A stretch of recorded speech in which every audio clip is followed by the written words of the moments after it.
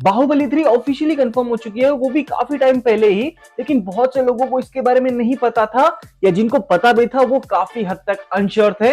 अब इसे मेकर्स की गलती कहो या फिर समझदारी, ये भगवान ही जाने। अब मैं ऐसा क्यों कह रहा हूं, उसके पीछे वजह है, उसके ऊपर अच्छे से डिस्कस करेंगे। और साथ ही साथ Baahubali the eternal war part 1 का जो टीजर आया है उसके ऊपर भी डिटेल में बात करेंगे। तो रिसेंटली मैं बाहुबली द एपिक देखने गया था मेरे पर्सनल एक्सपीरियंस के लिए, कि भाई मजा आएगा, क्योंकि मैंने पार्ट 1 और पार्ट 2 ऑब्वियसली थिएटर्स में नहीं देखी। तो वो सिनेमैटिक एक्सपीरियंस, वो फील लेने में गया था कि दोनों ही मूवी का मर्जर हमें किस वे में देखने को मिलेगा।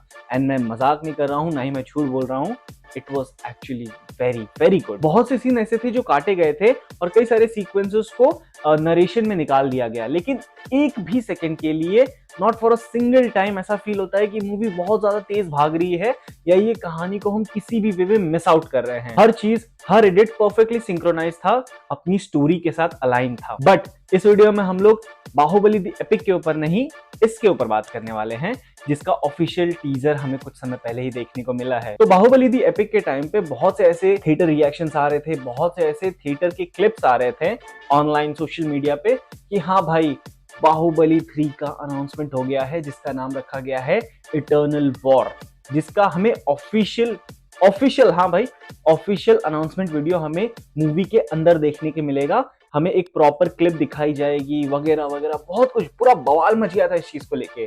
लेकिन स्टिल बहुत से लोग इसको लेके कंफर्म नहीं थे, बिकॉज कुछ ही सिलेक्टिव थिएटर्स में इसकी जो ऑफिशियल क्लिप थी वो ऐड करके मूवी के साथ लगाई गई थी।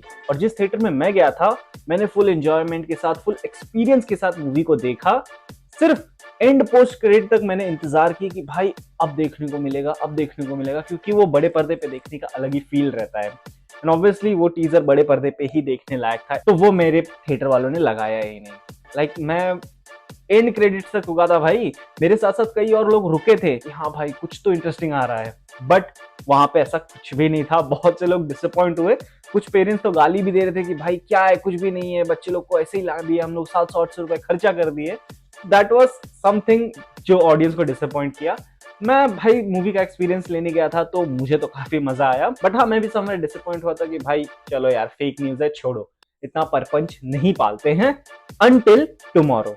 क्योंकि कल ऑफिशियल जो हैंडल्स है, सोशल मीडिया हैंडल्स है, इंस्टाग्राम, यूट्यूब, ट्विटर, जो भी मेकर्स के हैंडल्स है, वहां पे एक प्रॉपर टीजर डाला गया है भाई, जिसमें प्रभास एज बाहुबली और रम्या कृष्णन एज शिवगामी प्रॉपर अपनी वॉइस देते हुए हमें दिखाई गए हैं भाई।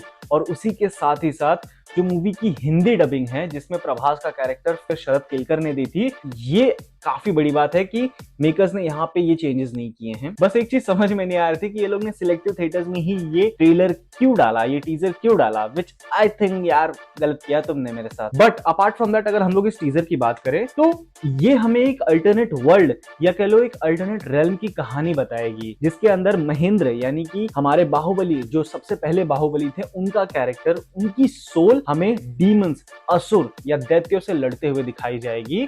उसकी यानी कि एक कंप्लीट मल्टीवर्सल लेवल पे स्टोरी लाइन की बैटल यहाँ पे सेटअप की जा रही है, जिसमें टीजर के पर्सपेक्टिव से हमें मूवी का जो मेन विलन दिखाया गया है, राइट नाउ टीजर के पर्सपेक्टिव से बात कर रहा हूं, तो वो दिखाए गए हैं इंद्रदेव। तो वो दिखाए गए हैं, पता नहीं क्यों। अगर बाहुबली का ये वाला कैरेक्टर यानी कि ये जो सोल वर्ल्ड में जो लड़ाई हो रही है वो दैत्यों से हो रही है, इसका जो युद्ध है वो असुरों से है, तो आखिरकार क्यों इंद्रदेव इसके पीछे पड़े हैं? सेकेंडली, ये कैरेक्टर कौन है जो लग खुद असुर रहा है लेकिन महेंद्र को प्रोटेक्ट कर रहा है, उसकी साइड फील हो रहा है। लाइक बहुत सारे क्वेश्चंस हैं, और वो ऑब्वियसली होंगे भी, क्योंकि इस मूवी को ऑफिशियली खुद एस राजामौली डायरेक्ट नहीं कर रहे हैं।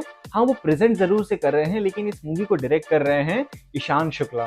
एंड जेन्युइनली मैंने इनका कोई पुराना काम देखा नहीं है, तो मैं कुछ कह नहीं सकता कि भाई ये कितना अच्छा हो सकते हैं या कितना बुरा हो सकते हैं। अगर आप लोग ने देखा है तो प्लीज मुझे इसके बारे में थोड़ा बहुत बताइए। अपार्ट फ्रॉम दैट, अगर टीजर की विजुअल अपील की बात की जाए तो it was really really beautiful, मुझे बहुत अच्छा लगा। एक चीज जो मैंने यहाँ पे नोटिस की, जो मुझे एक्चुअली पर्सनली काफी अच्छी लगी, अब एनिमेटेड मूवी में ना जो जूम इन वाला सेक्शंस रहते हैं, यानी कि जहाँ पे कैरेक्टर के ऊपर जूम इन हो रहा है या जूम आउट हो रहा है, वो बहुत ज्यादा लेजी फील होता है, वो ऐसा लगता है कि एक सिंगल इमेज है, उसको जूम इन कर रहे हैं, वो जेन्युइनली रियल फील नहीं होता। बट यहाँ पे अगर आप वो जूम इन जूम आउट वो वाला पर्सपेक्टिव देखोगे ना, तो ये काफी सुंदरता से एकदम रियल ऑथेंटिक रियलिज्म के साथ इसे प्रेजेंट किया गया है। दूसरी चीज जिसको लेके एक्चुअली बहुत से लोग कंप्लेन कर सकते हैं कि इसका जो एनिमेशन का स्टाइल है वो कई हद तक एनिमे जैसा तो है ही, लेकिन अगर आप लोग ने कुंग फू पांडा 2 देखी है तो उसका जो क्लाइमेक्स की बैटल सीक्वेंस है वो जैसा सीक्वेंस है ना, डिट्टो सेम टू सेम ऐसा ही लग रहा है यहाँ पे जो एनिमेशन यूज किया गया है, विच इज एक्चुअली कंसर्निंग।